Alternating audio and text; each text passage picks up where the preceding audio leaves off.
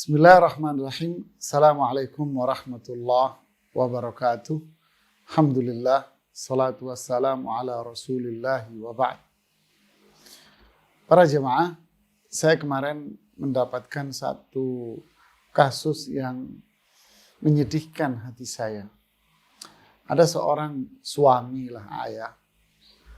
Dia menjemput anaknya. Di tengah jalan, bannya dia kempes. Lalu sang mertua marah-marah dia. Marah-marah karena cucunya belum dijemput. Dia dikasih tahu ban kempes. Kenapa? Karena si ayah ini tak memiliki uang untuk tambal ban. Padahal keluarga perempuannya termasuk keluarga yang cukup. Ini satu fenomena baru bagi para penguasa warisan. Bagi para penguasa warisan. Apa itu? Dimana ketika si ayah umpamanya, dicontoh si ayah wafat. Lalu si istri ini berkuasa terhadap harta-harta warisan ini. Dipegang tuh harta warisan. Dia memegang harta warisan ini bukan untuk membelanjakan, tidak. Ini berbeda dari kasus video podcast yang lalu. Dia tidak membelanjakannya, dia tidak berbuat sesuka dia dalam artian untuk membelanjakan uang ini. Tapi kasus ini berbeda, unik jemaah. Apa itu? Dia tahan itu uang warisan. Dia tahan uang warisan dalam artian apa? Dia tidak mau membagi uang warisan itu. Dia pegang uang warisan itu, tidak mau membaginya. Ini fenomena yang pertama. Yang kedua, kalau potoh dia mau membaginya, dia akan berikan kepada anak-anaknya, ahli waris ini sebagian saja. Dia berikan sebagian saja. Kenapa? Sebagian untuk mungkin mereka untuk senang-senang, sebagian kecil. Yang ketiga, ada yang warisannya dikasih kepada orang tuanya, tapi orang tuanya benar-benar pegang kemudi kontrol kuat. Apa itu? Mereka tidak boleh membagi warisan ini kepada suami dan anak-anaknya. Ini unik ini. Subhanallah. Jadi orang tua menyuruh kamu harus sama saudara-saudaramu saja. Satu sisi mungkin baik, ini niatan baik, nggak apa-apa sih secara hukum nggak apa-apa. Tapi kalau melihat suaminya seperti ini, buat tambal ban saja nggak punya duit jamaah. Suaminya saja kerja nggak jelas kesana kemari. Ya akhi, ini saya menilai ini bagian dari perbuatan zulm.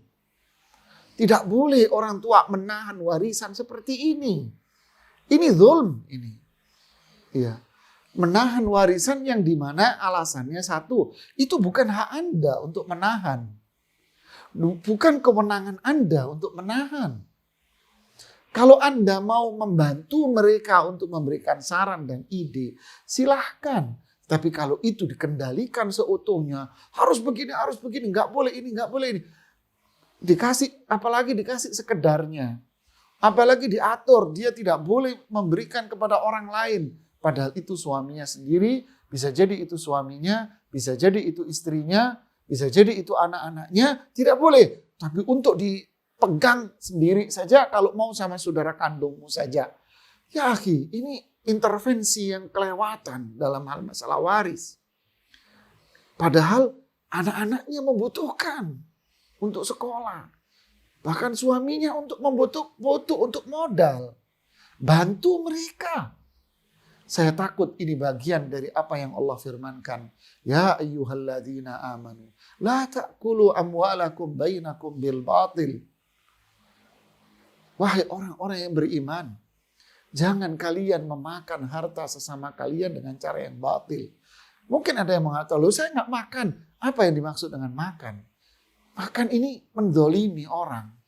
Bisa jadi makan, bisa jadi menghabiskan, bisa jadi menguasai harta dia.